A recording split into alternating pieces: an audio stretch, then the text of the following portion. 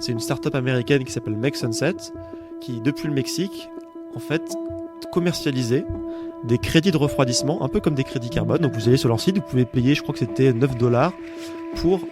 ils vous promettaient, en gros, de larguer des ballons avec un petit peu de soufre dedans, qui est ensuite monté vers la stratosphère, se dilatait, explosait, le soufre se libérait. Et donc en fait, alors, à quel point c'était du charlatanisme ou pas, c'est pas très clair.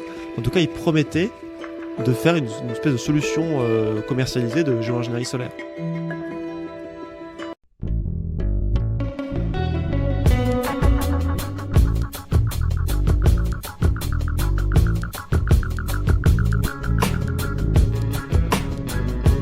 Bienvenue dans le podcast Oser, une émission d'écologie politique qui donne la parole à des intellectuels, des chercheurs et des professionnels pour mieux comprendre les enjeux sociaux et écologiques de notre monde. Bonjour Rémi Noyon. Bonjour. Et bienvenue dans le podcast Oser. Merci pour l'invitation. Avec grand plaisir, je suis très heureux aujourd'hui de pouvoir discuter géo-ingénierie et notamment comment la géo-ingénierie infiltre les politiques climatiques.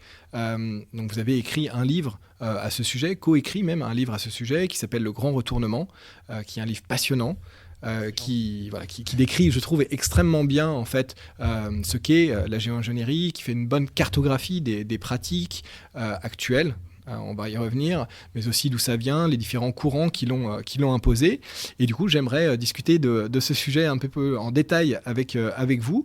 Mais avant de rentrer dans le vif du sujet, est-ce que vous pourriez vous présenter et nous dire ce qui vous a poussé en fait à écrire ce livre? Oui, alors donc moi, je m'appelle Rémi Noyon, donc je suis journaliste au Nouvel Obs, où je m'occupe à la rubrique idées, donc qui fait le suivi des sciences sociales, de tous les enjeux, disons, climat, énergie. Et donc, on a écrit ce livre avec Marine de Guglielmo-Weber, qui elle est chercheuse à l'IRSEM, donc c'est l'Institut de recherche stratégique de l'école militaire. Et en fait, on s'est connus parce que je l'avais interviewée sur sa thèse, en fait. Elle a fait sa thèse sur la modification de la météo. Et donc, on avait discuté à ce moment-là. Et puis, moi, je m'intéressais depuis longtemps à la géo-ingénierie. J'avais lu le livre de Clive Hamilton, qui est un philosophe australien, qui est un livre qui a été traduit en français dans la collection Anthropocène du Seuil, qui s'appelle Les apprentis sorciers du climat. Et dans ce bouquin-là, le titre traduit bien le livre, en fait. C'était décrit comme des espèces de projets un peu fous d'une frange de la droite américaine ou de gens un peu très très marginaux, avec une dimension un peu de science-fiction derrière. Et puis au fil du temps, ce qui m'a surpris, je pense que c'était aussi le cas pour Marine, c'est de voir que ces projets, les mêmes projets, commençaient à être, disons, métabolisés par les politiques climatiques ou, disons, par des think tanks qui travaillent sur ces politiques climatiques sous des formes euphémisées, on va en parler tout à l'heure. Et donc, on s'est dit, tiens, il y a peut-être un moment où on pourrait essayer de décrire cette espèce de normalisation de techniques qui autrefois étaient considérées comme des techniques d'apprentis sorciers et qui aujourd'hui commencent à migrer. Elles n'y sont pas encore, en tout cas, on va discuter ensuite à quel degré chacune d'entre elles mais qui vont progressivement rentrer dans le discours, disons, peut-être de la croissance verte, etc. Voilà. Et donc, on a essayé de décrire ça. Et l'autre point, c'est que, en tout cas, pour moi, je pense que c'est aussi le cas pour Marine, dans ce sujet de la géo-ingénierie, il y a un peu tous les sujets qui m'intéressent autour de l'écologie. Savoir la question du rapport à la technique, la question de où est-ce qu'on place la limite entre l'artificiel et le naturel. Est-ce qu'il y a vraiment une limite ? La question des intérêts économiques qui sont derrière. Enfin, je trouve qu'il y a vraiment c'est une espèce de petite pelote dans laquelle sont vraiment mélangées toutes les grandes questions qui traversent les enjeux climat et énergie. Donc voilà. Et donc on s'est retrouvés pour écrire ce livre et ça tombait bien parce qu'en fait, sur la période d'écriture, il y a eu plein d'actus en fait liées à la géo-ingénierie. On en reparlera peut-être avec notamment la Climate Overshoot Commission, qui était un moment important de normalisation. Donc en fait, au fur et à mesure qu'on faisait le livre, on avait un peu l'impression d'être rattrapé par notre propre sujet. Et donc, c'est à la fois agréable parce qu'on a l'impression de travailler sur quelque chose qui est vivace, quoi, et puis un peu inquiétant parce qu'on a l'impression d'être déjà dépassé par le mouvement. Voilà. Merci beaucoup. Ouais, effectivement, vivace et inquiétant, je pense que ça résume bien. Moi, j'avoue, à la lecture du livre, j'avais déjà entendu parler de la géo-ingénierie, je m'étais déjà renseigné sur le sujet, etc. Mais je ne savais pas à quel point en fait ces pratiques étaient presque monnaie courante. En tout cas, alors on va en parler un peu plus dans le détail. Mais avant de discuter de ces pratiques-là, c'est quoi en fait la géo-ingénierie? Ouais, De bien quoi on sûr. parle? Alors, la géo-ingénierie, nous, ça se définit comme tout projet d'intervention délibéré à large échelle sur le système climatique qui a pour but de contrer le réchauffement anthropique. Donc ça, c'est la définition standard. En fait, le terme apparaît dans les années 70 sous la plume d'un physicien italien qui s'appelle Cesare Marchetti. Et puis le terme va évoluer, migrer, et il y a un moment important qui est un rapport de la Royal Society en 2009 qui en fait va catégoriser la géo-ingénierie en deux grandes familles. Et c'est une classification qui est restée à peu près standard aujourd'hui. On va ensuite voir comment elle s'est effilochée, disons. Mais ils disent, bon, il y a la géo-ingénierie solaire et la géo-ingénierie carbone. Alors, pour le dire vite, on va ensuite revenir. Mais le solaire, c'est tous les projets qui visent à filtrer une partie du rayonnement solaire entrant pour refroidir artificiellement le climat sans forcément avoir à toucher sur la concentration en CO2 dans l'atmosphère. On va voir qu'évidemment c'est lié, mais voilà, l'idée c'est moins d'énergie rentre dans le système Terre, donc on refroidit artificiellement l'atmosphère. Il y a des sous-projets de géo-ingénierie solaire qui visent au contraire à en fait amincir des nuages de hautes altitudes pour permettre au rayonnement terrestre de sortir plus facilement du système Terre, mais c'est encore très très marginal. L'essentiel des projets, c'est on va essayer de bloquer une toute petite fraction de l'énergie solaire entrante. Et la géo-ingénierie carbone, alors qu'on appelle plus facilement maintenant l'élimination du dioxyde de carbone atmosphérique ou le retrait du dioxyde de carbone atmosphérique.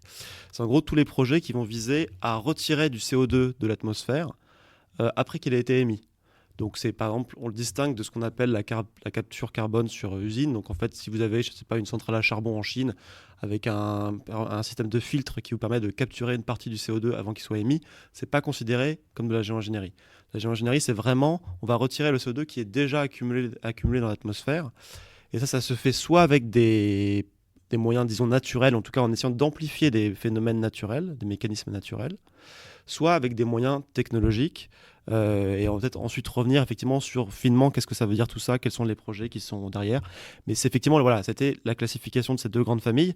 Et ensuite, le terme maintenant, il est chargé péjorativement en géo-ingénierie. Peu de gens en fait se réclament de ce terme, voire quasiment personne. En anglais, ça passe un peu mieux, geoengineering, mais en français, ça passe plus mal. Et donc, personne n'a, enfin, les gens à qui cette étiquette a été attribuée tentent de la décoller. Et donc, d'autres termes ont été introduits. Donc, par exemple, pour la géo-ingénierie solaire, on va maintenant plutôt parler de gestion du rayonnement solaire. Pour la géo-ingénierie carbone, on parle plutôt effectivement d'élimination du dioxyde de carbone atmosphérique. Et alors, nous, on traite un peu ça ensemble dans le livre pour montrer qu'il y a parfois des passerelles, des modes de pensée communs, etc. Mais on insiste aussi sur le fait que c'est quand même des communautés de recherche très très différentes. À savoir que quelqu'un qui va chercher à accroître la séquestration du carbone dans les sols agricoles, par exemple, n'a évidemment pas grand-chose à voir avec quelqu'un qui va vouloir mettre du soufre dans la stratosphère pour bloquer une partie des rayons du soleil. Donc c'est évidemment des communautés de recherche qui sont très différentes. Il y a quelques personnes qui font la passerelle, mais on a quand même tenu à tel point que le terme géo-ingénierie tend à s'effacer un peu dans les publications scientifiques. Les gens cherchent plutôt, le GIEC en particulier, à vraiment faire la distinction entre toutes ces familles de techniques. Nous, tout en reconnaissant qu'effectivement il y a bien sûr des différences, on tient quand même au terme parce que justement comme on essaie de montrer la normalisation progressive de ces techniques, c'est une façon de dire attendez encore un peu. Regardez, il y avait quand même quelque chose qui liait ces deux types de projets. C'était disons des moyens non conventionnels de lutte contre le réchauffement climatique. Réfléchissons un peu quand même sur où est-ce qu'on va et vers quoi on est entraîné. Et juste je termine en disant que pour la géo-ingénierie solaire, c'est encore des projets. C'est de la simulation numérique. Il y a quelques tentatives d'expérience de petite ampleur en extérieur. Mais c'est encore sur le papier, quoi. L'élimination du dioxyde de carbone atmosphérique, pour le coup, c'est une industrie qui est en train de naître. Il y a plein de technologies, mais c'est quelque chose qui est en train de se déployer, de se développer. Et tout l'enjeu, c'est de savoir si on va réussir à vraiment le développer à l'échelle, quoi. Donc voilà, il faut vraiment faire la précision entre ces deux familles de techniques.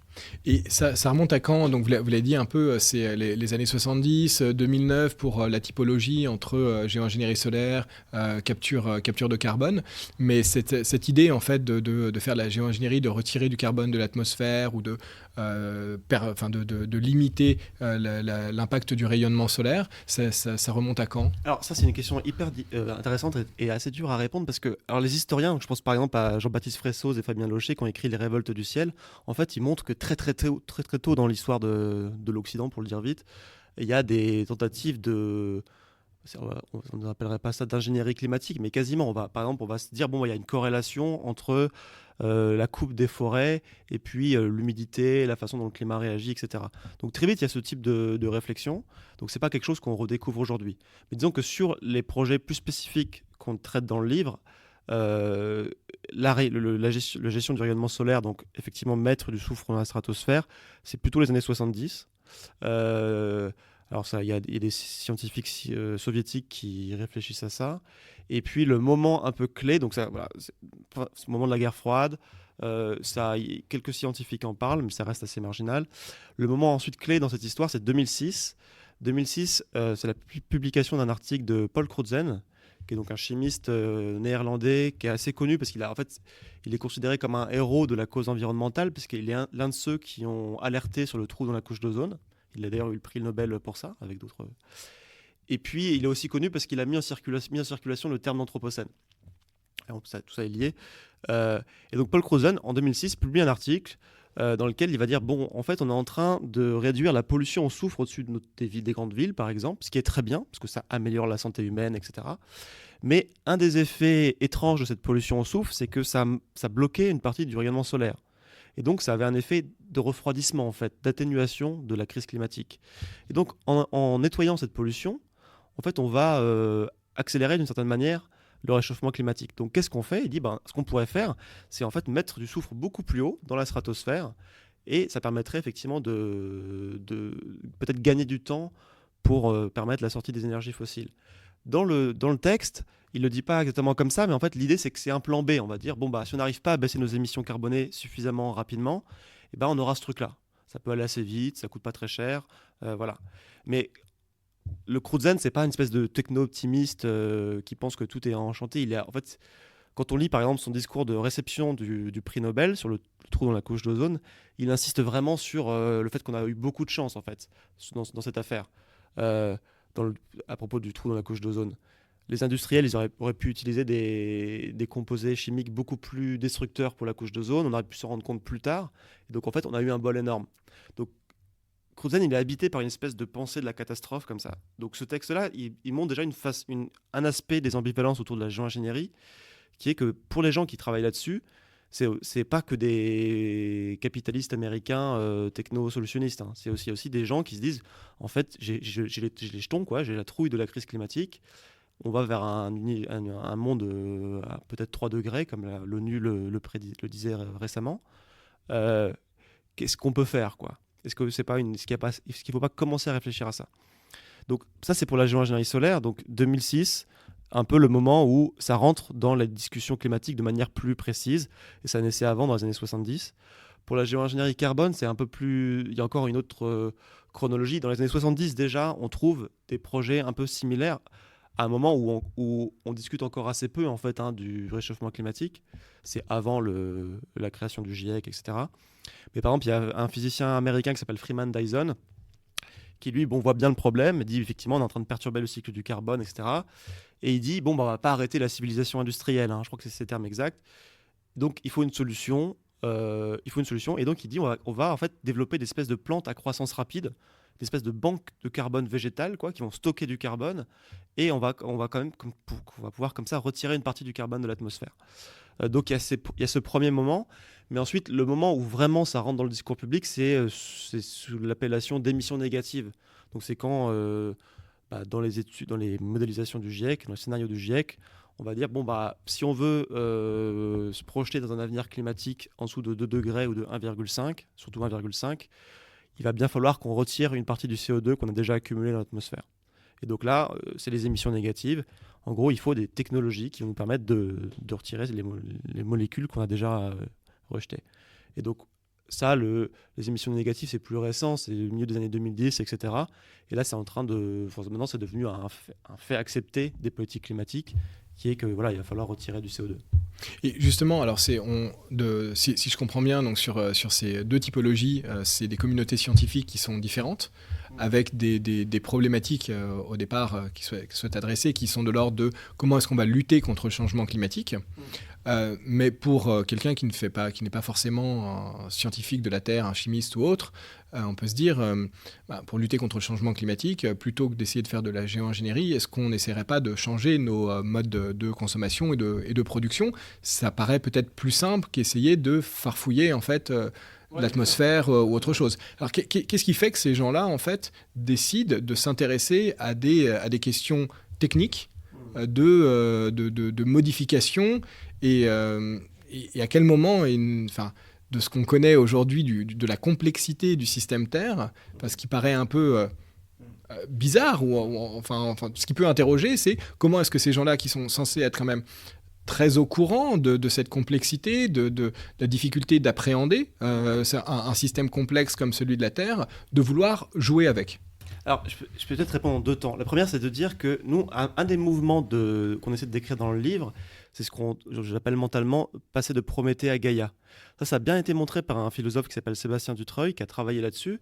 En fait, il disait, effectivement, la géo-ingénierie naît dans la guerre froide, et donc elle est vraiment marquée par cet imaginaire on va pouvoir contrôler le climat, on va pouvoir modéliser entièrement le climat, et l'espèce humaine est suffisamment intelligente pour pouvoir, entre guillemets, fixer les bugs, et on peut même optimiser le climat. Donc une espèce de vision prométhéenne, comme ça, de l'homme qui va pouvoir maîtriser la nature. Là, aujourd'hui, quand on regarde un peu la défense de la géo-ingénierie, elle a migré vers quelque chose qui est plus subtil et dur à saisir, et on a mis du temps, je trouve, moi en tout cas personnellement, à voir ça. Donc Gaïa, c'est évidemment Lovelock. En fait, c'est l'idée qu'on est dans des systèmes chaotiques, non linéaires, avec des boucles de rétroaction positives, par exemple. Et là, il y a des scientifiques il y a même des groupes militants qui commencent à défendre ça, en disant, en fait, on rentre... Le problème, c'est que dans un système qui est toujours au bord de passer des points de bascule. Et en fait, la géo-ingénierie ne serait plus une façon de prendre le contrôle du système Terre, ce serait une façon d'éviter de perdre le contrôle. On voudrait essayer de bloquer, entre guillemets, les effets avant qu'ils ne surviennent, parce qu'en fait, on sait qu'ils sont irréversibles. Si l'Amazonie se transforme en savane, si la circulation des courants marins ralentit à un point où les climats changent, voilà. Donc, en fait, la façon de le défendre a évolué. Donc, même en étant conscient de la complexité des sciences du système Terre, on peut avoir une défense de la géo-ingénierie solaire.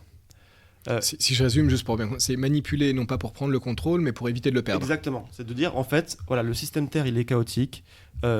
C'est pas des mouvements linéaires où les courbes augmentent tranquillement comme ça jusqu'à 3 degrés. Il y a des moments où il y a des ruptures parce qu'il y a des boucles de rétroaction. Et donc, on sait que c'est dangereux. On sait qu'on arrive dans une zone où ça commence à tanguer. Et donc, il faut une façon d'éviter de passer le truc. Et donc, en fait, quand on regarde les scientifiques du système Terre, les sciences du système Terre, c'est intéressant parce que là, par exemple, récemment, il y a eu un rapport signé par les grands spécialistes de ce thème, donc c'est Rockstrom, etc., qui s'appelle The State of Climate Report, je crois. Et ça commence par, je crois que le terme, c'est la fabrique de la vie est en train d'être vraiment détériorée. Enfin, c'est le début du texte est très, très catastrophique. Et il y a un passage dedans sur la géo-ingénierie solaire qui est assez standard. Ils disent pas que c'est bien, ils disent juste qu'il faudrait commencer à faire plus de recherches, quoi. Donc en fait, on voit qu'au sein de cette communauté, ça les travaille aussi, disons. Donc c'est pour dire qu'en fait, c'est pas juste des gens qui pensent que on peut contrôler le climat de façon simple, un peu comme on le pensait dans la guerre froide. C'est aussi des gens qui sont très conscients des interactions, de la complexité des systèmes, etc., mais qui voient ça comme voilà, une façon d'éviter de passer des points de bascule. Et ensuite, la deuxième chose que je voulais dire, c'est que il y a un peu deux grands caractères, disons, de défense, ou deux grandes figures qu'on pourrait montrer qui illustreraient les manières de défendre la géo-ingénierie ou pourquoi les gens défendent ça. Donc il y a Paul Crutzen dont j'ai déjà parlé. Donc lui, effectivement, c'est la posture du géo-ingénieur réticent. C'est-à-dire qu'en fait, il dit que c'est pas une super idée, mais il dit que c'est peut-être moins pire qu'une planète réchauffée. Mais il y a une espèce de... Enfin, quand on lit ces textes, il y a une espèce de crainte, quoi, de panique de Enfin, Cruden, c'est quelqu'un qui est né pendant la Seconde Guerre mondiale, qui a connu la famine quand il était gamin. Enfin, il y a une pensée de la catastrophe, quoi. Et ensuite, il y a une autre figure qui est souvent citée dans la géo-ingénierie qui s'appelle David Keefe, qui pour le coup c'est un Américain qui lui fait vraiment le lien entre la géo-ingénierie solaire et la géo-ingénierie carbone, puisqu'il a beaucoup travaillé sur la géo-ingénierie solaire. Il a aussi investi dans une grosse boîte de géo-ingénierie carbone, qui a d'ailleurs été rachetée par un pétrolier. Donc il fait la passerelle. Et lui, en fait, quand on lit ces trucs, on comprend, c'est que... Alors il a écrit un livre qui s'appelle A Case for Climate Engineering. En fait, ce qu'il décrit, c'est le phénomène suivant, c'est de dire, bon, on va pas bloquer la croissance, on va pas arrêter la croissance, au contraire, on a juste un problème de tempo. C'est-à-dire qu'en fait, il nous manque quelques décennies pour maturer des technologies, des clean tech, quoi. Des technologies de décarbonation, que ce soit effectivement toutes les technologies de stockage de l'électricité, mais aussi les technologies de retrait du CO2 de l'atmosphère. Ils ne sont pas encore au point, il nous manque un peu de temps. Donc, dans cette stratégie-là, en fait, le voile solaire, ça serait une façon de bloquer ou de freiner, disons, les effets du réchauffement climatique pendant quelques décennies, le temps de permettre aux outils de marché classiques, l'innovation, etc., de développer des moyens de retirer du CO2 de l'atmosphère. On retire le CO2 de l'atmosphère et on peut doucement enlever le voile et en retour à la situation précédente, quoi. Donc en fait, il y a un peu deux façons de voir. Il y a une façon qui est inquiète, disons, du passage de point de bascule, la vision des sciences du système Terre. Et puis une vision plus entrepreneuriale qui est de se dire, bon, bah, on ne va pas brider la croissance, il faut juste gagner quelques décennies sur le réchauffement climatique. Donc il y a un peu cette polarité-là qui, je pense, organise en partie la communauté de recherche sur la géo-ingénierie, en particulier solaire. Ce qui est intéressant, c'est aussi quand on lit le livre, c'est qu'on a l'impression que ce sont des toutes petites communautés, en fait, que c'est très peu de scientifiques dans les pays occidentaux, et notamment donc, des personnes aisées, privilégiées dans ces milieux-là, qui ont un certain mode de pensée, un certain regard sur le monde, et qui en fait qui ont plusieurs hypothèses qui leur permettent en fait de se dire oui, la géo-ingénierie, soit on n'a pas envie d'y aller, mais c'est, comme vous le dites, une solution à laquelle finalement on est plus ou moins voué, ou alors, de toute manière, on va gagner un petit peu de temps. Et c'est-à-dire que c'est la question de la transformation sociale, notamment, pour eux, a l'air complètement... Ouais, bien sûr. Elle passe sous le tapis. Ouais, bah alors ça c'est explicitement dit dans le bouquin de David Keefe. Donc en fait il dit, quand on regarde les grandes avancées environnementales des dernières décennies, on n'a pas résolu le problème de la pollution au soufre en arrêtant de prendre la voiture, mais en mettant des meilleurs pots d'échappement. On n'a pas... Enfin voilà, il a toute une liste de solutions technologiques. On n'a pas, par exemple, résolu le problème de la couche d'ozone par des moyens sociétaux, mais en transformant les processus industriels. En fait, il y a toute une liste pour dire, en fait, vous rêvez un peu, quoi. Quand vous pensez qu'on va avoir une espèce de rupture sociétale forte et qu'on va vers un monde où on réduit les flux de matière et d'énergie, en fait, vous vous racontez des rêves en technicolor, et en fait, ce qui compte, c'est la technique, et il n'y a que ça qui fonctionne réellement. Lui, il se décrit pas comme un affreux, il n'est pas du tout climato-sceptique, etc. Il pense que, effectivement, c'est le capitalisme a les outils pour résoudre la crise climatique. C'est ça son discours, avec une pointe de moquerie sur les options divergentes qui seraient plutôt proches de la décroissance, à tel point que dans ces milieux-là, par exemple, ils pourraient moquer un peu ce qu'ils pourraient appeler le socio-solutionnisme. Ils disent, vous nous accusez d'attendre des ruptures technologiques fortes qui permettraient de résoudre la crise climatique, et vous nous dites que c'est un pari risqué. Nous, on vous répond que d'attendre des ruptures sociétales fortes est un pari tout aussi risqué, quoi. Bon, évidemment, et après, il y a des gens qui font le lien entre les deux, je caricature un peu, mais effectivement, la question de la transformation sociétale, elle est beaucoup moins pensée. Par exemple, il y a un podcast qui m'avait frappé où on entend Ken Caldeira, qui est une des figures aussi de la communauté de recherche autour de la géo-ingénierie solaire, qui explique qu'en fait, il reprend des thèmes un peu à la mode sur l'homme est biologiquement câblé pour désirer davantage. C'est ce fameux truc qu'on retrouve parfois dans la littérature. Voilà, exactement, le bug humain, etc. Et donc, en fait, évidemment, ça passe sur tous les travaux d'anthropologues qui montrent que non, en fait, l'homme n'est pas câblé biologiquement pour toujours désirer plus. Et donc, il y a une espèce de biologie, de naturalisation des pulsions consuméristes, qui est de dire, en fait, l'homme veut plus, il a besoin de toujours brasser plus d'énergie, c'est évident. Et l'exemple le plus flagrant de ça, c'est dans le bouquin de Bill Gates sur le climat. Alors, Bill Gates, c'est un de ceux qui a financé un peu la recherche en géo-ingénierie solaire. Et lui, il le dit explicitement. Il dit, en fait, on ne va pas résoudre les problèmes du monde en diminuant la quantité d'énergie et de matière qu'on utilise, quoi. Il dit, en fait, il en faudra plus. Donc qu'est-ce qu'il faut ? Il faut du nucléaire, des énergies renouvelables. Mais si on n'arrive pas à développer tout ça suffisamment vite, peut-être qu'il faudra un petit peu de géo-ingénierie solaire pour passer le cap, quoi. Donc vraiment, effectivement, la question de la transformation sociétale, elle n'est pas pensée. Et c'est ce qu'on essaie de raconter, c'est qu'en fait, ce qui même paraît fou maintenant, c'est que c'est presque le truc se retourne. C'est-à-dire que l'idée qu'on allait trouver un patch technologique merveilleux pour le réchauffement climatique était vue comme une folie, et l'idée de sobriété comme quelque chose de plus répandu. Mais le truc va se retourner, c'est les gens qui vont défendre la décroissance qu'on va qualifier d'apprentis sorciers. On va dire, vous êtes complètement fous, ça ne fonctionnera jamais. Et donc, on voit un petit peu peut-être ce mouvement de retournement qui pourrait se faire. Donc, puis là, l'élection de Trump joue aussi là-dedans. Donc voilà, effectivement, il n'y a pas de... Enfin, en tout cas, c'est dans une partie de cette communauté de recherche, c'est vu comme... disons que c'est vu comme pas un substitut, mais c'est vu comme une obligation parce qu'en fait, on ne fera pas consommer moins ou on réduira pas, en tout cas significativement, les consommations d'énergie et de matière, quoi. Et alors, pour continuer aussi sur la question de qui sont les personnes qui s'intéressent et comment est-ce qu'on en arrive aujourd'hui à justement discuter tous les deux en fait de cette question de la géo-ingénierie, pourquoi est-ce que ça n'est pas resté dans des laboratoires et dans des livres de M. Crutzen, Dyson et Keefe uniquement, et que aujourd'hui en fait ça devient réellement un sujet dont le débat public s'empare, en tout cas beaucoup plus dans le monde anglo-saxon qu'en France déjà. Mais comment est-ce que ces personnes-là, qu'on pourrait qualifier d'un peu isolées, ou en tout cas de chercheurs de laboratoire, ont essaimé en fait leurs pensées et leurs travaux pour que ça devienne une réalité ? Ouais, alors donc il faudrait encore faire la distinction entre le solaire, la géo-ingénierie solaire et puis l'élimination du dioxyde de carbone atmosphérique. Mais peut-être une façon de parler de ça, c'est de parler de la Climate Overshoot Commission, qui est en fait une structure qui a été établie en 2022, qui est présidée par Pascal Lamy, et qui a rendu un rapport juste avant la COP 28, c'est ça, à Dubaï. Alors la commission était importante dans le sens où elle réunissait des gens capés, quoi. Par exemple, il y avait Laurence Tubiana, il y avait des figures, disons, des politiques climatiques. Laurence Tubiana, grande figure de la COP 21 et de l'accord de Paris. Tout à fait.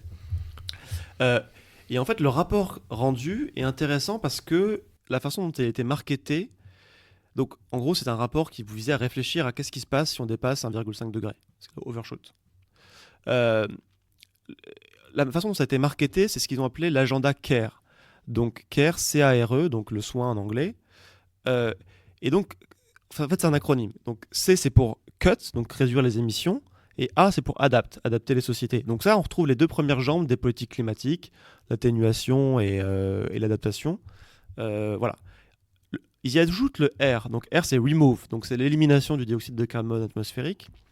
Et E, c'est pour explorer la géo-ingénierie solaire. Alors, le rapport, il a parfois été vu comme un truc anti-géo-ingénierie solaire parce que le titre, c'est on veut un moratoire sur la recherche en géo-ingénierie. Mais en fait, quand on regarde dans le détail, il demande un moratoire sur la recherche de grande ampleur en extérieur, qui est un truc que pour l'instant, personne ne demande. Pour l'instant, ce que veulent faire les gens qui s'intéressent à ça et qui poussent vers plus de recherche, c'est compléter la recherche en simulation numérique, qui pour l'instant se base sur les modèles climatiques qui sont utilisés pour faire les rapports du GIEC, par exemple. C'est le même modèle. Pour la géo-ingénierie solaire. En fait, ils font tourner sur des modèles de sciences, des modèles du système Terre, des hypothèses de géo-ingénierie solaire, effectivement. Donc par exemple, si on réduit une partie de l'énergie solaire entrante, qu'est-ce qui se passe ? Et ça s'affine à si on met du soufre dans la stratosphère à telle latitude, qu'est-ce qui se passe, etc. Donc ça, c'est des recherches qui existent. C'est l'essentiel des recherches sur la géo-ingénierie solaire. Et à côté de ça, il y a des recherches sur plutôt la gouvernance, etc. Mais disons que voilà.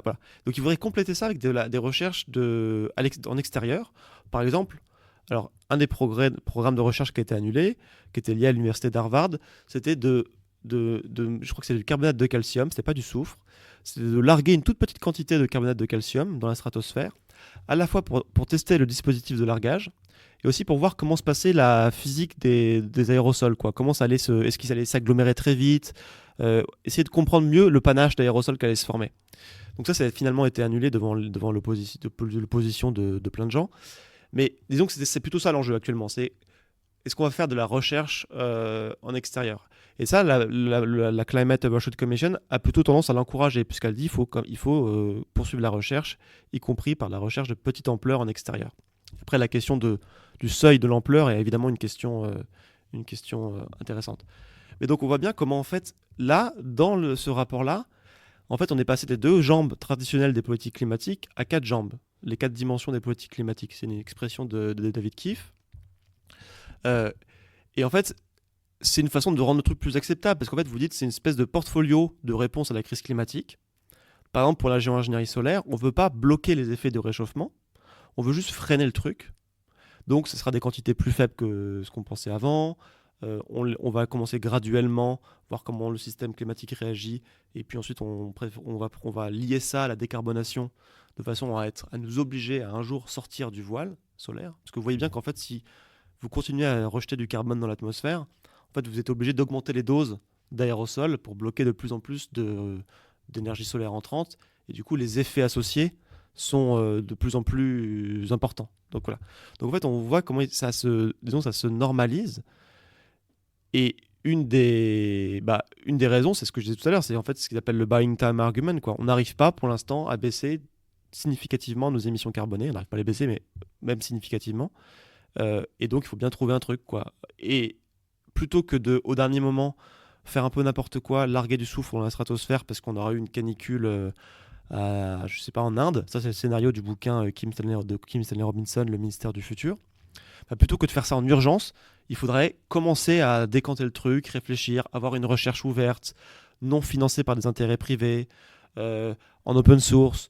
Donc, il y a tout un discours qui peut s'entendre, hein, il faut commencer à faire de la recherche sérieuse sur ce sujet, parce que peut-être qu'à un moment, on va y arriver. Et là où ça devient un peu compliqué, enfin pas compliqué, mais c'est qu'en fait, le simple fait de dire ça a un effet sur les politiques climatiques, parce qu'on vous dit, en fait, on a peut-être une solution pas mal qui pourrait nous permettre de freiner un peu notre sortie des énergies fossiles. C'est pas si grave si on n'y arrive pas très vite, quoi. Donc en fait, c'est ce qu'on appelle l'aléa moral, c'est qu'en fait, quand vous pensez que vous êtes assuré, vous avez tendance à vous comporter de façon plus risquée. Donc si on vous dit il y a peut-être une espèce de politique d'assurance à la fin qui sera la géo-ingénierie solaire, ça peut encourager une partie des élites économiques, par exemple, à se dire en fait, on aura un truc, quoi. Donc en fait, c'est des espèces de prophéties autoréalisatrices, c'est-à-dire que quand parler peut avoir tendance à freiner encore plus la décarbonation. Et justement, vous parliez d'élite économique, c'est un peu ça aussi que j'aimerais essayer de retracer. C'est comment est-ce que ces scientifiques-là ont commencé à discuter avec des Pascal Lamy, des Laurence Tubiana, comment est-ce qu'ils ont eu accès à ces personnes, comment est-ce que derrière des gens comme Bill Gates en arrivent à financer ce genre de projet, et pourquoi on s'adresse à ces gens-là aussi en particulier, et quel est eux leur rôle dans le fait, alors on le voit avec la Climate Overshoot Commission, effectivement, hein, c'est de créer un agenda politique en fait sur la table sur la question de la géo-ingénierie, mais comment est-ce que ça s'est mis en place, ça ? Oui, bien sûr. Alors, je parlais tout à l'heure de Laurence Tubiana. Bon, elle, c'est plus ambigu, parce qu'on lui a parlé à Laurence Tubiana. Ce qu'elle explique, c'est que elle a voulu participer à cette commission pour voir ce qui s'y disait, pour justement freiner, dire attention, ne pensons pas qu'il y a une espèce de technofixe miraculeux. Donc elle présente plutôt son rôle là-dedans comme un rôle de vigilance et de modération de ce qui s'y disait, disons. Dans le cas de Pascal Lamy, à qui on a aussi parlé, Pascal Lamy, lui, il dit en fait, son expression qu'il utilise tout le temps, c'est il faut retourner toutes les pierres. Et alors, c'est marrant parce que dans son discours, en fait, lui, il dit, on lui a demandé, il dit en fait, moi, j'ai entendu parler de la géo-ingénierie solaire en marge des grandes négociations sur le climat. C'était un sujet qui traînait, j'en avais entendu parler. Et avec cette Overshoot Commission, on a voulu un peu récupérer tous les sujets un peu périphériques comme ça et tenter d'en faire une évaluation. Mais lui, il dit en fait, moi j'ai été convaincu en discutant avec des pays du Sud qui nous ont dit en fait, là, concrètement, on ressent fortement les effets du réchauffement climatique. Et donc, on n'a pas le temps, on est prêt à envisager toutes les options, quoi. D'où l'expression retourner toutes les pierres, donc y compris quelque choses comme la géo-ingénierie solaire. Et juste sur ce point-là, la question du rapport nord-sud, et est-ce que la géo-ingénierie solaire, c'est un truc poussé par les universités américaines et les élites économiques américaines pour le business as usual, par exemple. Et en fait, il y a une question débattue parce que ils se sont bien... En fait, cette communauté de recherche s'est vite rendu compte qu'elle était vraiment masculine, vraiment blanche, etc. Et donc, ils ont commencé à financer des programmes de recherche dans des universités du Sud. Et donc, il y a tout un enjeu aussi de déplacement là-dedans, quoi. Et puis aussi d'essayer d'avoir plus de femmes dans les publications de recherche. Donc, il y a aussi un enjeu autour de cette normalisation de... Alors, eux, ils appellent ça de l'inclusivité, etc. C'est qu'en gros, que tout le monde ait une voix dans cette discussion. Et ça participe de cette justification de dire, bon, bah en fait, c'est un retournement, ça. C'est de dire, ça va être un outil de justice climatique. Parce qu'en fait, les îles du Pacifique, par exemple, qui voient les eaux monter, eh ben, elles n'ont pas le temps d'attendre, elles peuvent pas se payer le luxe d'attendre, je sais pas, quelques dizaines d'années qu'on trouve d'autres solutions, quoi. Donc ça serait potentiellement quelque chose que eux pourraient pousser. Dans la Climate Oversight Commission, si je dis pas de bêtises, il y avait Anote Tong, qui était l'ancien président des Kiribati, et qui avait fait des textes où il disait effectivement c'est une manifestation de l'hubris humaine de penser qu'on va pouvoir agir comme ça sur le climat, mais en même temps, il faut envisager cette solution parce que voilà, la crise climatique, elle est là, quoi. Donc on voit comment ces espèces d'interactions bizarres entre des gens qui sont plutôt dans les arcanes de ce que Edouard Morena avait décrit dans son livre sur l'espèce de jet-set climatique de gens qui promeuvent des solutions de la clean tech, qui font le tour du monde en avion pour faire des espèces de forums, de sommets sur la décarbonation, etc. Des pays du Sud qui ont les pieds dans l'eau. Enfin voilà, c'est une espèce d'objet qui est pris entre des différents discours et différentes justifications. Et en même temps, quand on lit le livre, on se rend bien compte que derrière ceux qui financent et ceux qui ont des intérêts économiques et industriels sur ces questions de géo-ingénierie carbone et solaire, c'est à la fois Big Oil et Big Tech. Ouais. Alors ça, c'est un truc qu'on reprend à des éco-marxistes qu'on je trouve avaient une vision assez belle assez claire du truc, quoi. Ils disent, bon, bah, en fait, dans ce que j'ai décrit tout à l'heure, le fait de gagner quelques décennies pour maturer les technologies et du coup aussi de permettre une sortie plus douce, et peut-être même pas une sortie d'ailleurs, des énergies fossiles, on voit bien qu'en fait, ça satisfait deux fractions du capitalisme américain, pour le dire vite. Effectivement, Big Oil, donc les gens qui ont gagné de l'argent dans les hydrocarbures, et qui en gagnent encore. Là, il suffit de voir les chiffres pétrole et gaz aux États-Unis. C'est avec le fracking, il y a une espèce de relance pétro-gazière qui est incroyable. Et puis les gens qui gagnent de l'argent dans les nouvelles technologies. Et en fait, ce serait une espèce d'alliance de classe entre ces deux fractions du capital américain autour de la géo-ingénierie solaire. Ce serait une façon de gagner du temps pour maturer les clean tech, tout en permettant une sortie plus douce des énergies fossiles. Et alors, concrètement, quand on regarde un peu dans les financements des travaux autour de la géo-ingénierie solaire, il y a très peu de financement clairement pétrogazier. C'est plutôt effectivement des gens qui viennent de la finance, de la tech, parfois un peu de la Silicon Valley. C'est plutôt cette ambiance-là, quoi. Plutôt mentalité solutionniste, voilà. Il y a tout ce qu'on appelle les écomodernistes. Enfin, voilà, c'est plutôt cette... voilà. Et derrière, il y a quelques chercheurs qui travaillent là-dessus, qui disent justement ce qu'on voudrait, c'est des financements publics, ce soit pas Bill Gates qui finance ce truc-là. Mais voilà, donc il y a aussi une controverse autour de ça. Pour ce qui est de la géo-ingénierie carbone, ou de l'élimination du dioxyde de carbone atmosphérique, là c'est plus ambigu. Par exemple, j'étais la semaine dernière visiter un projet en Suisse, une boîte qui existe en Suisse, qui fait de la minéralisation carbone dans du béton recyclé. Ils venaient d'avoir un investissement de BlackRock, par exemple. Donc c'est plutôt élite financière, en partie, mais aussi élite pétrogazière, parce que par exemple, Carbon Engineering, qui est la start-up qu'a lancé David Keefe, qui est en train de construire une usine de DAC, donc de ce qu'on appelle la Direct Air Capture. Donc c'est en gros, c'est des aspirateurs à CO2. Eux sont liés à Occidental Petroleum, donc à une boîte, un pétrogazier américain. Donc là, il y a quelques financements pétrogaziers. Donc on voit qu'il y a effectivement ces deux sources de capital qui abondent ces projets. Et alors, on a un peu tourné autour du pot, on a un petit peu discuté sur les pratiques, envoyer du soufre dans la haute atmosphère, reboiser, etc. Mais concrètement, c'est quoi en fait les pratiques de géo-ingénierie actuelles ou envisagées ?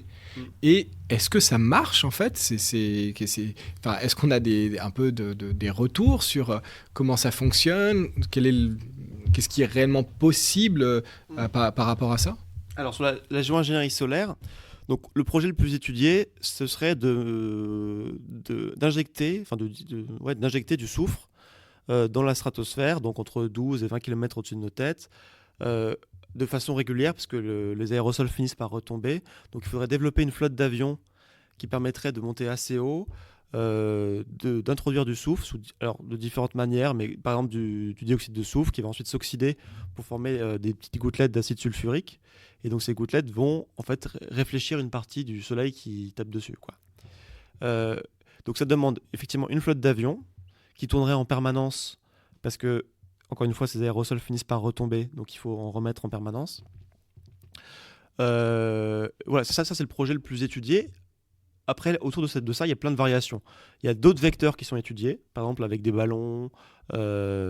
Il y avait même eu un moment l'idée d'avoir des espèces de gigantesques tuyaux qui partaient vers le ciel, etc.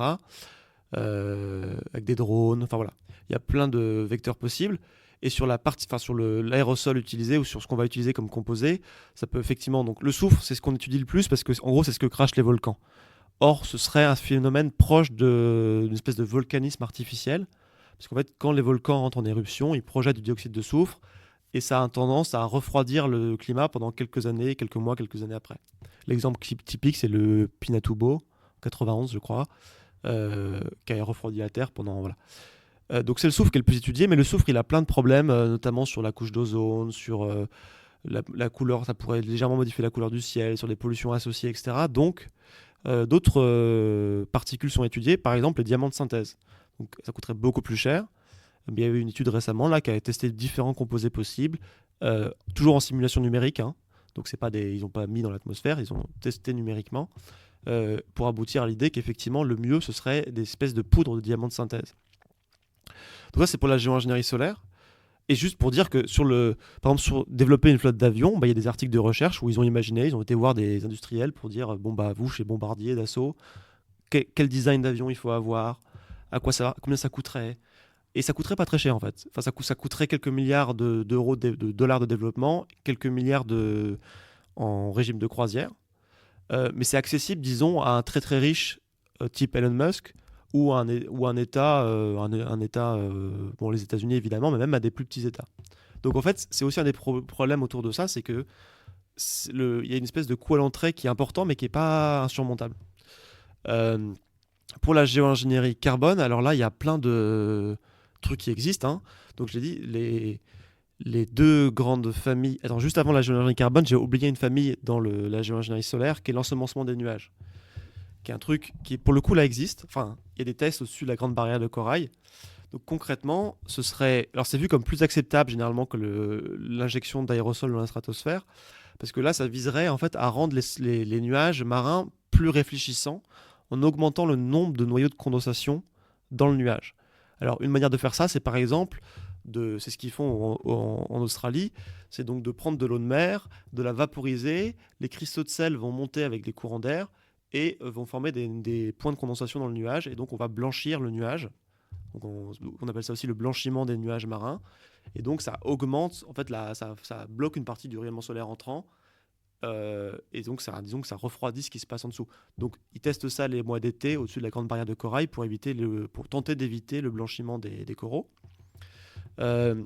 Donc ça existe aussi, voilà, l'ensemencement des nuages est une autre famille de géo-ingénierie solaire. Et ça, c'est des choses que donc on pratique concrètement aujourd'hui. En tout cas, il y a la recherche en extérieur faite sur ça, ouais, tout à fait. Et qui a déjà un historique aussi, puisque sur la question de la manipulation des nuages de la météo, je crois que ça remonte déjà à la guerre d'Indochine, guerre du Vietnam, sur le fait qu'on crée des moussons artificiels. Ouais, alors ça, en fait, c'est le même procédé, mais avec un but différent. Là, l'idée, ce serait c'est effectivement une technique d'ensemencement des nuages, mais qui visait cette fois à faire pleuvoir. Et donc ça, c'est aussi partie, j'allais dire, du kit en fait géo-ingénieur. Ce serait de dire typiquement, on met du soufre dans la stratosphère, ça peut anesthésier en partie le cycle de l'eau. Tout simplement parce qu'il y a moins d'énergie qui rentre dans le système. Donc, une des craintes, c'est les effets sur la pluviométrie, etc. Est-ce qu'on ne pourrait pas le mixer avec de l'ensemencement des nuages ? Effectivement, l'ensemencement pour faire pleuvoir, donc ça, c'est vraiment Marine qui travaille là-dessus, qui connaît ça très très bien parce qu'elle a fait sa thèse là-dessus, mais et elle travaille toujours là-dessus. effectivement, ça existe déjà. La Chine, enfin, il y a plein de pays qui le font pour des raisons agricoles, etc. Donc ça, effectivement, ça existe déjà. Et après, sur la géo-ingénierie carbone, donc là, effectivement, il y a plein de technologies qui sont déjà en développement ou qui sont en train d'être développées. Pour ce qui est des technologies, disons, basées sur les cycles naturels, l'idée, c'est d'amplifier les puits de carbone existants. Donc effectivement, soit en afforestant de manière massive, soit en se débrouillant pour que la pompe océanique capte plus de carbone. Donc soit alors un procédé qu'on appelle l'alcalinisation des eaux, ce serait en fait de contrer l'acidification des océans et de permettre, ce faisant, que le CO2 se dissolve mieux dans les eaux de surface froides. Enfin, se dissolve, oui, c'est ça, et migre plus facilement vers le fond des océans. L'ensemencement du plancton, donc faire en sorte qu'en fait, là, la pompe biologique des océans soit accélérée, donc le plancton, par photosynthèse, capte plus de carbone. Vous avez des techniques basées sur ce qu'on appelle l'altération forcée. Donc là, ça vise à accélérer un des cycles du carbone long, qui est qu'en fait, quand de l'eau acidifiée par du CO2, de l'eau de pluie ruisselle sur des roches, elle va dissoudre les roches, il y a des bicarbonates qui vont partir vers les fonds marins, devenir des coquilles d'animaux, des coquilles de calcaire, et puis finir par former des boues carbonatées. Et vous avez une espèce de... Il y a un géochimiste qui appelle ça la respiration de la planète. Ce serait d'accélérer ça, par exemple en broyant du basalte, en le répandant dans les sols agricoles. Voilà. Donc vous avez des façons d'essayer d'accélérer certains cycles naturels. Et après, vous avez des moyens technologiques. Il y a deux grandes familles, ce qu'on appelle la bioénergie avec captage et stockage du carbone, et la direct air capture. Alors, la bioénergie avec captage et stockage du carbone, c'est le truc le plus mature, entre guillemets. Donc ça vise, par exemple, sur une usine de biométhane, plutôt que de laisser échapper du CO2 pendant le procédé, vous le captez et vous allez ensuite l'enfouir dans le sol. Comme en fait, en entrée de votre usine, il y a des plantes qui ont poussé, donc en poussant, ont capté par photosynthèse du CO2, en fait, le résultat est négatif. Les plantes ont poussé et capté du CO2. Au moment où vous le transformez en énergie, vous attrapez le CO2 et vous le retirez de l'atmosphère, soit en le mettant dans le sol, soit en le mettant dans du béton recyclé. Donc en fait, le bilan est net. Vous avez retiré du CO2 de l'atmosphère. Et votre filtre, ça, entre guillemets, était les plantes. Ça, le problème, alors ça, il y a plein de boîtes qui font ça. Le problème, c'est que le gros problème, c'est la concurrence avec les terres agricoles. C'est qu'en gros, si on fait pousser des plantes pour retirer du CO2, on ne le fait pas pousser pour autre chose, quoi. Et donc ça, c'est un peu un des gros enjeux. Sur les DAC, donc la direct air capture, la capture directe dans l'air, là, c'est vraiment c'est des filtres qui visent à absorber le CO2 dans l'air ambiant pour ensuite le remettre dans le sol ou ailleurs, ou dans du béton, etc. Là, le problème, c'est pour l'instant, c'est très énergivore, parce que le CO2 est très diffus dans l'atmosphère. Je crois que c'est 0,04%. Et donc, il faut beaucoup d'énergie en fait pour capter ces molécules. Et donc, c'est un peu absurde. Vous faites tourner, si l'énergie est carbonée, vous faites tourner une espèce d'aspirateur qui émet des particules, enfin qui émet de la saleté, quoi. Donc, c'est ce problème à résoudre. Mais les gens qui défendent ça vous disent, bah oui, mais c'est parce que la technologie, elle n'est pas encore tout à fait mature. Regardez les panneaux photovoltaïques, on nous disait que ça marcherait jamais, que c'était trop cher. Et ben, en quelques années, les prix ont baissé, et l'efficacité a augmenté. Ce sera pareil pour la direct air capture. Donc voilà, ça, c'est les deux grandes familles technologiques.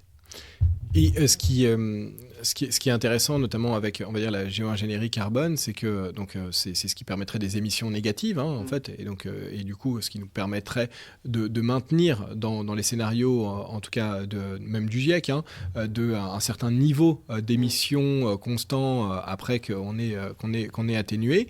Et quand je discute avec certains scientifiques, certains chercheurs en sciences de la Terre sur ces questions d'émissions négatives, par rapport aux technologies qu'on connaît à peu près, donc qui sont principalement à la forestation, en fait, tout simplement, ou l'enfouissage dans les sols du carbone, on estime que c'est entre 5 et 10 gigatonnes par an, en fait, de CO2 équivalent, qu'on pourrait se permettre de faire en émissions négatives. Ça serait déjà pas mal. Et ça serait déjà, et c'est déjà 10, on est super optimiste. Mais c'est du coup, ça paraît complètement déconnant de se dire, de penser en fait des solutions de géo-ingénierie telles, alors que concrètement, on parle en fait d'une capacité en fait d'émissions négatives qui est extrêmement faible. Ouais, alors ça c'est crucial. Effectivement, généralement le chiffre de 10 gigatonnes en 2050 est avancé, et c'est avancé comme un objectif extrêmement ambitieux. C'est-à-dire qu'en fait, pour l'instant, concrètement, les technologies d'émissions négatives dont j'ai parlé tout à l'heure, là, le DAC et BECS, bioénergie et captage et stockage du carbone, en fait, ça coûte cher, mais, y compris par rapport à des moyens de... Par exemple, quand vous voulez compenser une émission de carbone, vous pouvez acheter par exemple des forêts. Le problème, c'est que si l'année d'après la forêt elle crame, ça sert à rien. Les technologies qui permettent de séquestrer durablement le carbone, donc de le remettre dans le sol ou de faire du béton recyclé par exemple avec, ou voilà, ça coûte très très cher. Et donc pour l'instant, c'est souvent plusieurs centaines d'euros, de dollars la tonne. Donc pour l'instant, c'est plutôt financé par des grosses boîtes comme Microsoft, etc., qui volontairement investissent là-dedans en disant on veut en gros on veut que cette industrie démarre. Mais pour l'instant, c'est pas vraiment viable économiquement. L'espoir, c'est qu'il y ait des économies d'échelle, qu'on mature les procédés, etc. Mais effectivement, 10 gigatonnes, c'est déjà, enfin, même plusieurs gigatonnes, c'est déjà très très ambitieux. Et quand on parle un peu avec des gens qui travaillent là-dedans, une de leurs craintes, c'est de dire, en fait, on va pas y arriver parce que il faudrait grosso modo développer en quelques années une industrie qui est à peu près équivalente à celle des hydrocarbures, en fait. Parce qu'en fait, il faut capturer ce carbone, le transporter, le remettre soit dans des gisements, des anciens gisements d'hydrocarbures qu'on a vidés, soit ailleurs, effectivement, soit le minéraliser. Enfin, c'est compliqué, quoi. Ça demande une infrastructure lourde, et donc l'enjeu, et pour l'instant, ça coûte encore cher. Donc leur crainte, c'est que ça marche et ça coûte cher. Et il y a des limites biophysiques dont on a parlé sur les terres agricoles, sur l'énergie que ça nécessite, etc. Donc c'est qu'en fait, on n'y arrive jamais à développer ce niveau d'émissions carbone, et qu'en fait, on se retrouve le bec dans l'eau en ayant prévu dans les scénarios des émissions négatives très importantes qu'on n'arrivera jamais à développer. Donc ça, c'est effectivement une des craintes des gens qui travaillent dans cette industrie. Mais alors j'ai pris, je savais que vous alliez me poser des questions précises, donc j'ai pris dans le rapport du GIEC le tableau qui liste toutes les technologies d'émissions négatives avec comment dire, la fourchette d'émissions qu'on pourrait retirer par an. Et en fait, ce qui est marrant, c'est que les fourchettes, elles sont énormes. Donc, enfin, elles sont énormes. Disons qu'entre la fourchette basse et la fourchette haute, il y a un gros delta, quoi. Donc effectivement, là, j'ai sous les yeux, par exemple, quand on regarde le biochar, c'est entre 0,3 et 6,6 gigatonnes par an. Alors, le biochar, juste pour expliquer, c'est... Ouais, en gros, c'est une pyrolyse de biomasse, donc de plantes, qui permet en fait de faire une espèce de charbon qui donc séquestre du carbone sur des durées très longues et qui théoriquement aussi améliore la fertilité des sols. Donc c'est souvent vu comme une solution win-win, parce qu'en gros vous améliorez les sols, la productivité agricole, et vous séquestrez du carbone. Il y a plein de questions autour de ça, mais en gros on voit très bien que ça va de 0,3, donc c'est pas beaucoup, à 6,6, c'est déjà beaucoup plus ambitieux. Ouais, c'est énorme. Ouais. Et alors le plus étonnant, c'est l'alcalinisation des océans, c'est ce que je disais tout à l'heure. Donc c'est l'idée de contrer l'acidification et de permettre à la pompe océanique de capter plus de CO2.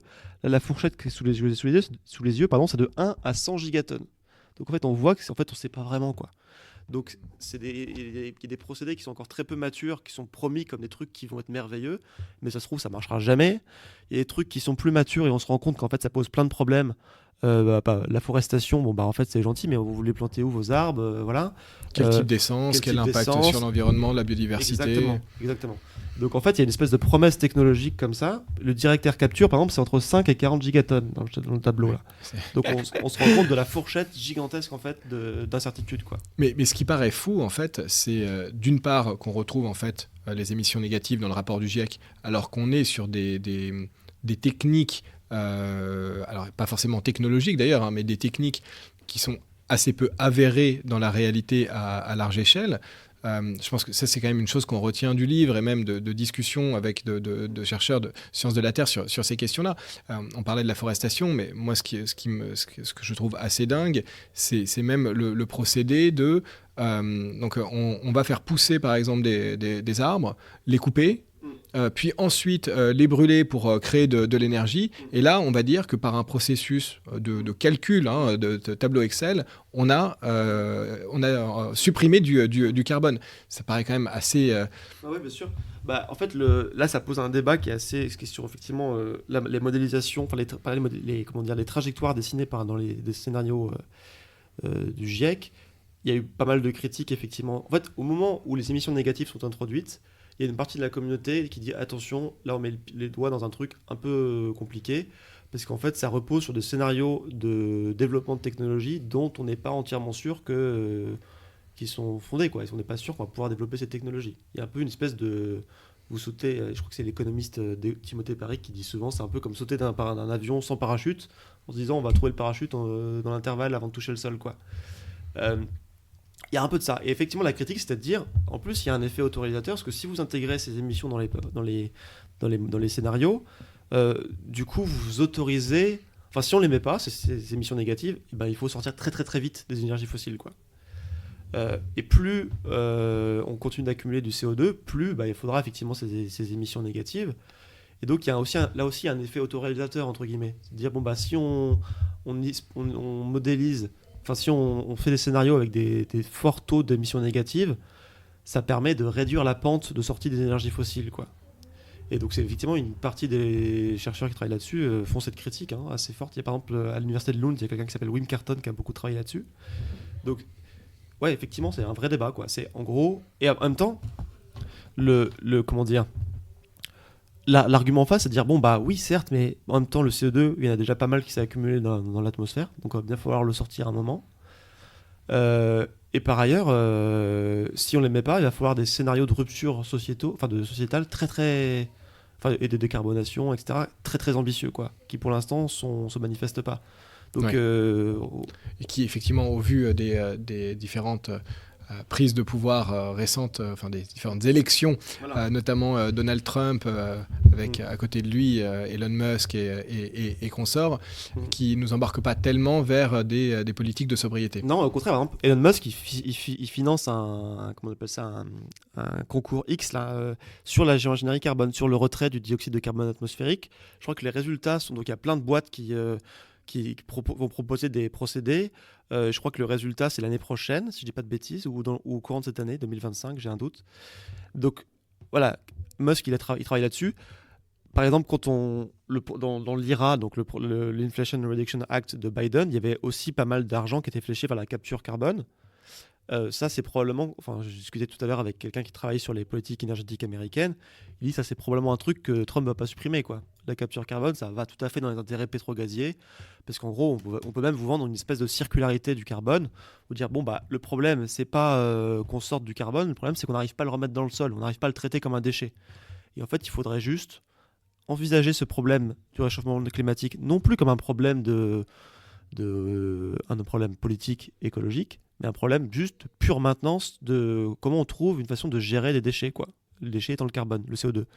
Et ça, c'est dit explicitement par quelqu'un qui s'appelle Klaus Lackner, qui travaille à l'université d'Arizona, mais j'ai peur de dire une bêtise, en tout cas qui est un des pionniers de la capture, du retrait du carbone atmosphérique, qui a travaillé là-dessus depuis très longtemps. Ce qui est drôle, c'est qu'en plus, il commence à travailler là-dessus, je crois, dans les années 90.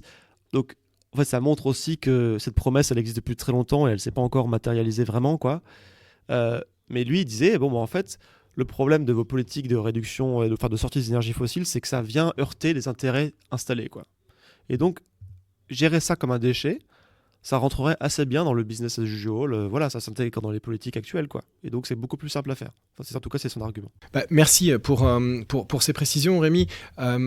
J'aimerais qu'on revienne un petit peu quand même sur un point qui est celui des risques. Parce que, on les a un petit peu abordés au fil de l'eau là, dans notre discussion, mais est-ce que tu peux, nous dire un petit peu plus précisément quels sont les risques associés à ces différentes pratiques, parce que peut-être que finalement c'est pas si risqué, et peut-être qu'en fait c'est un bon pari, et peut-être qu'ils ont raison finalement que la transformation sociale avec les politiques de sobriété, c'est trop galère à mettre en place, que on a un rapport de force qui finalement ne nous permet pas d'y aller, et que c'est pas si risqué que ça, et que c'est peut-être un meilleur pari en fait.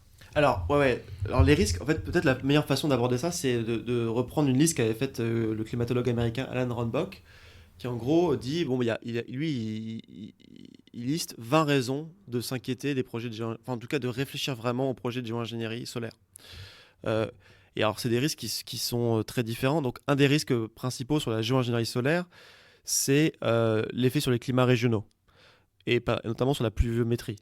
Donc ça, il y a plein d'études là-dessus. En fait, la raison principale, c'est que... comment dire ça ? En fait, l'idée de la géo-ingénierie solaire, c'est pas de revenir au climat d'avant. C'est d'éviter les pires phénomènes, les événements extrêmes du réchauffement climatique. Mais donc, vous arrivez à la fin, quand même, à une planète qui a un climat différent du climat pré-industriel. Or, là-dedans, comment vous gérez des conflits entre pays? Par exemple, si vous avez un pays, disons l'Inde, qui dit bon, bah, ça fait 3 années de suite que j'ai une sécheresse importante, et je pense que c'est lié à votre voile solaire. Bon, bah, on voit bien qu'il y a qu'il y a un problème géopolitique assez marqué. Alors ça, par exemple, dans la littérature autour de ça, parce qu'il y a quelques romans sur la géo-ingénierie, et notamment un roman qui s'appelle Veil, Voile, d'Eliot Pepper, qui est, je crois, publié en 2020. Et en fait, il imagine ça, quoi. Il imagine qu'en gros, ça... Alors c'est un roman qui est plutôt positif sur la géo-ingénierie, qui se termine bien, entre guillemets. Et en fait, qui est un roman qui montre vraiment les arguments des gens qui proposent ça. Mais en tout cas, au début, il y a un point de tension qui est, en gros, les moussons en Inde ont été affaiblis par la géo-ingénierie solaire. Mais par contre, en Afrique, tout va mieux. Et donc, qu'est-ce qui se passe à ce moment-là, quoi? Donc, il y a cet enjeu de comment qu'est-ce qui se passe régionalement et quels effets ça a en termes de conflits géopolitiques. Donc, c'est autour de ça que tournent beaucoup des interrogations sur la gouvernance de la géo-ingénierie, comment est-ce qu'on pourrait organiser ça, etc. Ensuite, il y a des effets très différents. Par exemple, là, je disais hier un article de recherche sur qu'est-ce que la géo-ingénierie solaire, donc en l'occurrence, c'était, je crois, l'injection de soufre dans la stratosphère, changerait à la production des panneaux photovoltaïques. Parce que du coup, évidemment, il y a moins d'énergie solaire qui rentre, en plus, une énergie plus diffuse, etc. Est-ce que vraiment ça a un impact significatif sur la productivité des panneaux photovoltaïques? Il y a des questions sur la couleur du ciel. Est-ce que ça changerait, à quel point ça changerait ou pas la couleur du ciel? Il y a des questions par exemple sur la photosynthèse des plantes. Est-ce que ça peut bénéficier à certaines plantes et au contraire à d'autres? Alors par exemple, là, il y a les articles de recherche là-dessus, c'est assez marrant. Ils regardent l'éruption du Pinatubo en 91 et derrière, on essaie de regarder quels a été les rendements agricoles de telle ou telle plante. Et on se dit, bon, bah, telle plante préfère, un rayonnement solaire modifié permettrait à cette plante de pousser mieux, à une autre moins, etc. Évidemment, c'est extrêmement dur à déterminer, voilà. Voilà, il y a toute une panoplie de risques comme ça. L'autre risque, c'est qu'en fait, on ne sait pas vraiment ce qui se passerait. En fait, on a des simulations numériques, mais en fait, c'est un truc qui peut se tester, entre guillemets, qu'à l'échelle, quoi. Donc, on pourrait commencer doucement, enfin, on pourrait. En tout cas, les gens qui défendent ça disent on pourrait commencer doucement.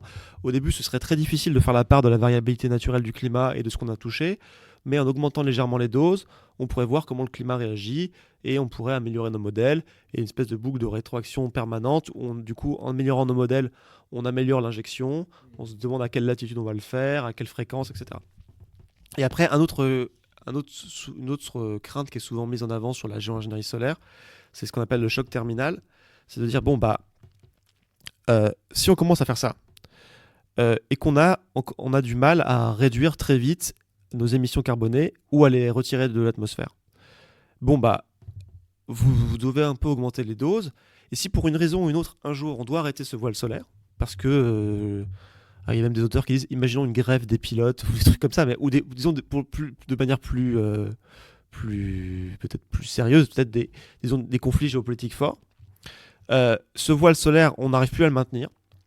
Et ben du coup, en fait, d'un coup, vous enlevez entre guillemets cette protection, cette espèce de brume d'aérosol, et l'énergie solaire va taper, du coup, une atmosphère surchargée en CO2. Et alors, on sait que au-delà du réchauffement climatique, c'est aussi la vitesse de ce réchauffement qui compte. Et donc là, c'est ça qu'on appelle le choc terminal. C'est en fait d'un coup, les températures bondiraient, quoi. Donc il y a plein d'études pour essayer de montrer, par exemple, que ça aurait des effets massifs sur la biodiversité, puis sur les sociétés humaines, évidemment. Et peut-être de manière plus générale, l'une des critiques ou des effets, c'est de dire, en fait, quand vous faites ça, vous restez dans une logique de traitement de rustine, en fait. Plutôt que de s'attaquer au problème, les émissions fossiles, vous essayez à chaque fois de compenser un problème avec une nouvelle solution. Et la réponse des géo-ingénieurs à ça, c'est de dire, bah ouais, mais c'est le mouvement naturel des sociétés humaines, quoi. Vous avez un truc technologique qui crée des problèmes, qu'on va résoudre par des trucs technologiques qui vont recréer des problèmes. Et c'est une espèce de marche en avant du progrès qui se fait comme ça, quoi. Donc voilà, c'est ça un peu le panorama des risques. Et sur la géo-ingénierie carbone, en fait, le risque, c'est ce qu'on disait tout à l'heure, c'est qu'en fait, on nous promette des trucs qui vont jamais se matérialiser, quoi. C'est une fausse promesse. Alors, hormis le fait qu'on a l'impression que ces personnes qui travaillent sur ces sujets avec ce type d'arguments n'ont jamais lu d'anthropologie de leur vie et soient quand même un peu très occidentalo-capitalo-centrés dans leur réflexion sur la manière dont peuvent fonctionner des sociétés humaines.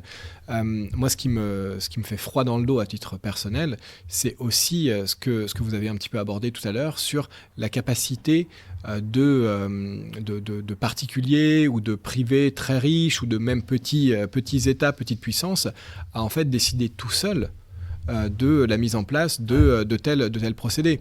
Vous le citez d'ailleurs dans le livre, il y a cet exemple, il y a cette série qui s'appelle Extrapolations, que moi j'ai trouvé très intéressante, bon, hormis la fin où, pareil, hein, c'est happy ending au final avec la géo-ingénierie, bon, très bien, mais il y a un double épisode là-dessus sur justement de la géo-ingénierie solaire, qui fait assez froid dans le dos avec en gros de la géo-ingénierie solaire pirate mise en place par justement des fonds privés de très riches Ouais. En fait, ça c'est un truc que je trouve aussi fascinant, c'est en fait on s'est rendu compte avec Marine en lisant un peu les travaux autour de la gouvernance, etc. En fait, il y a une espèce de tango, de danse entre mais en fait qu'on retrouve dans plein de domaines, hein. Je veux dire, Uber, c'était ça aussi. Entre, disons, l'esprit entrepreneur qui dit on s'en fout des régulations, des règles, on le fait, on verra.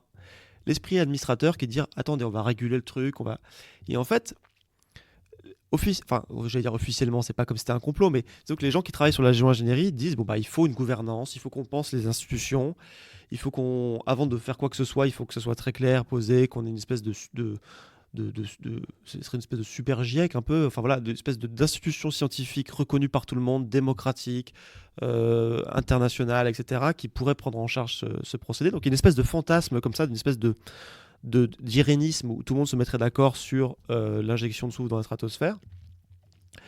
Mais en même temps, ils sont, enfin parfois, notamment, je pense à un bouquin de Stewart Brand dans lequel il dit ça, qui est un peu, disons, l'écologisme protec américain, disons. Qui est assez connu parce c'était le World Earth Catalog, donc c'était un peu la tendance hippie protec. Lui dit c'est pas mal quand même qu'il y ait de temps en temps des entrepreneurs un peu, j'allais dire couillus, parce qu'en fait il y a un peu un truc de virilisme aussi là-dedans, qui viennent tester des trucs, ça bouscule les bureaucraties qui sont obligées de s'aligner derrière, quoi. Et dans le bouquin dont je parlais tout à l'heure, Veil, c'est exactement ça le scénario. En gros, c'est une espèce d'Elon Musk qui commence sous couvert d'un truc qui ressemblerait à Starlinks, donc sous couvert de communication, à mettre du soufre dans la stratosphère sans le dire à personne. Les climatologues se disent ah bah tiens c'est marrant, il y a un truc qu'on comprend pas, le réchauffement semble voilà. Et puis cette espèce d'Elon Musk là a une fille qui est plutôt écolo, qui finit par se rendre compte du truc et qui va un peu j'allais dire l'engueuler, etc. Et ensuite, lui va progressivement accepter de se rapprocher d'une espèce de coalition d'États particulièrement vulnérables au réchauffement climatique et de leur remettre entre les mains le truc. Et eux vont ensuite gérer ça avec des règles et des régulations, etc. Et donc, à la fin du livre, il dit, en fait, il dit c'est ce mouvement-là, quoi. C'est le mouvement entre quelqu'un qui essaye un truc de manière un peu pirate, qui bouscule l'ordre des choses, et derrière la machine qui va le métaboliser, éviter que ça devienne une espèce de dérive grave, etc. Il y a un peu ce fantasme-là, et ça rejoint aussi un bouquin qu'on a pas mal croisé dans les discussions autour de ça, qui je crois n'a pas été traduit en français, qui s'appelle le magicien et le prophète, The Wizard and the Prophets. C'est un livre d'un journaliste qui est américain, si je dis pas de bêtises, qui en fait décrit deux personnages qui, au moment où il y avait des grandes craintes au milieu du XXe siècle sur est-ce qu'on va réussir à nourrir la planète. Il y a un personnage qui, si je dis pas de bêtises, s'appelle William Vogt, si je n'écorche pas son nom, qui est un peu, disons, un catastrophiste d'aujourd'hui, quoi, qui dit attendez, les courbes, on voit bien que la démographie elle est grandissante et qu'on n'arrivera pas à suivre derrière, il va y avoir des famines de masse. Et en face, il y a ce qu'il appelle, donc, ça c'est le prophète, le magicien, c'est Norman Borlaug, je crois, qui est considéré comme un des pères de la Révolution verte, qui dit mais non, il y a des solutions techniques, vous inquiétez pas, on va réussir à nourrir tout le monde, quoi. Et donc le bouquin, qui est souvent cité par des gens qui sont plutôt favorables à la recherche en géo-ingénierie, en gros, montre qu'entre guillemets, le gagnant de l'histoire, c'est le magicien, celui qui promettait la technologie. Et donc ils en tirent comme conclusion que, regardez, c'est toujours pas mal d'avoir quelqu'un qui ose, quoi. En fait, le livre, il est plus compliqué que ça, parce qu'il montre qu'évidemment, la révolution verte, elle a généré tout un tas de nouveaux problèmes, la pollution à l'azote, etc. Mais donc il y a toujours cette mentalité un peu il faut quelqu'un qui brise les règles, un peu qui soit dans les zones grises du droit, voilà, Et ensuite, derrière, c'est régulé. Voilà. Et donc, en termes de géo-ingénierie, ça peut effectivement se traduire par le fait qu'on ait ce qu'ils appellent un green finger, qui est une référence à Goldfinger de James Bond. Donc c'est en gros une espèce de Bill Gates ou d'Elon Musk qui a les moyens et qui dirait bon bah écoutez, moi je suis prêt à sauver l'humanité, donc faisons-le, je développe ce programme, etc. Là concrètement, plus récemment, il y a même eu un truc, c'est une start-up américaine qui s'appelle Make Sunset, qui depuis le Mexique, en fait, commercialisait des crédits de refroidissement, un peu comme des crédits carbone. Donc vous allez sur leur site, vous pouvez payer, je crois que c'était $9 pour, ils vous promettaient en gros de larguer des ballons avec une petite peu de soufre dedans, qui est ensuite monté vers la stratosphère, se dilatait, explosait, le soufre se libérait. Et donc, en fait, à quel point c'était du charlatanisme ou pas, c'est pas très clair. En tout cas, il promettait de faire une espèce de solution commercialisée de géo-ingénierie solaire. Donc, ouais, qu'il y a déjà ce genre de petits trucs qui se passent. C'est pas interdit. Bah, alors, le problème, c'est que voilà, toute la question, c'est effectivement, pour l'instant, il n'y a pas vraiment de moyen de. Alors, justement, le Mexique, après ça, a réagi. Donc là, c'est Marine qui connaît ça beaucoup mieux que moi. Mais sur la régulation, pour l'instant, c'est effectivement très compliqué sur la géo-ingénierie solaire. Pour l'instant, il n'y a pas vraiment de texte qui permettrait de l'empêcher. Donc, effectivement, voilà, en tout cas, le scénario de l'individu qui tenterait de faire ça, c'est un scénario qu'on retrouve dans la littérature et qui est vu comme une espèce de repoussoir par la communauté géo-ingénieur qui dit bah non, ça c'est ce qu'on veut pas. Ce qu'on veut, c'est une espèce d'instance internationale. Mais en même temps, quand on lit entre les lignes, il y a toujours un peu l'espèce de fascination pour le gars qui va ou la femme, mais en fait, pratiquement, c'est toujours cette espèce d'idéologie un peu masculine qui va ensuite oser quelque chose et derrière, eh ben, c'est pas si mal, au moins on verra un peu à quoi ça ressemble, quoi. Et si tout ce qu'on se raconte depuis un peu plus d'une heure là nous fait complètement frissonner et qu'on se dit ils sont quand même sacrément starbés, Ouais. qu'est-ce qu'on fait, comment est-ce qu'on lutte face à ça? Bah, en fait, moi, en faisant le livre, là, le truc, c'est une espèce d'ambivalence permanente aussi, parce que, en fait, parfois, c'est vrai que c'est fascinant, ces trucs-là, quoi. En fait, on se dit, même le simple fait de décrire comment ça marcherait, on a une espèce d'attachement étrange et puis d'espoir un peu bizarre, quoi. Bah, un des trucs, c'est toujours ce qui est mis en avant par toute la littérature là-dessus, c'est le discernement technologique, quoi. C'est de dire, bon, bah, c'est pas de rejeter en bloc les technologies, mais de dire, attendez, qui ça sert, quels intérêts ça sert, quels sont les risques associés, est-ce que vraiment c'est une bonne idée, qui finance ce truc, quelles sont les limites, par exemple, sur la géo-ingénierie, enfin, sur le carbone et l'élimination du dioxyde de carbone atmosphérique. Bon, bah, c'est pas en fait, il y a une vraie bataille en cours entre des gens qui voudraient en faire un outil de décarbonation très fort, y compris des gens qui disent, en fait, il faut nationaliser ça et faire des grands plans payés par l'État de removal, quoi, de retrait du CO2. Et puis des gens qui sont effectivement plus proches des intérêts pétrogaziers et qui disent, ben non, on va faire une circularité du carbone. Voilà. Donc en fait, c'est une espèce de technologie qui est prise dans des batailles politiques assez fortes. Donc c'est pas de, voilà, encore une fois, c'est de se dire, bon bah, qu'est-ce qu'on veut. Et alors sur la géo-ingénierie solaire, en fait, quand on faisait le bouquin, on se disait, mais en fait, le simple fait d'en parler, c'est déjà ça participe de la normalisation de ce truc, parce que du coup, les gens s'en font une idée, ça rentre dans la conversation, etc. Donc c'est un truc, en fait, c'est un truc un peu insondable, un peu insoluble, quoi. C'est à quel point il faut en parler. Moi, j'ai l'impression que plus on en parle et plus on se rend compte de ce que ça génère comme, enfin, quels sont les risques, quelle est l'idéologie derrière, qu'est-ce que ça pousse, etc. Ça permet d'avoir, enfin, de se rendre compte un peu de dans quelle fuite en avant on est, quoi. Et que peut-être de dire, oula, ça va quand même loin, quoi. Et ce qui est marrant, c'est que même cet argument-là, il est repris par les géo-ingénieurs. Parce qu'ils disent, en fait, ils ont fait des espèces d'études un peu étranges pour dire, bah en fait, non, la géo-ingénierie solaire, ça ne freine pas la décarbonation. En fait, ils ont pris un groupe, l'étude standard, c'est celle-ci, où vous prenez 3 groupes de personnes que vous informez sur les effets du réchauffement climatique. Il y a un groupe où vous allez aussi les informer sur la géo-ingénierie solaire.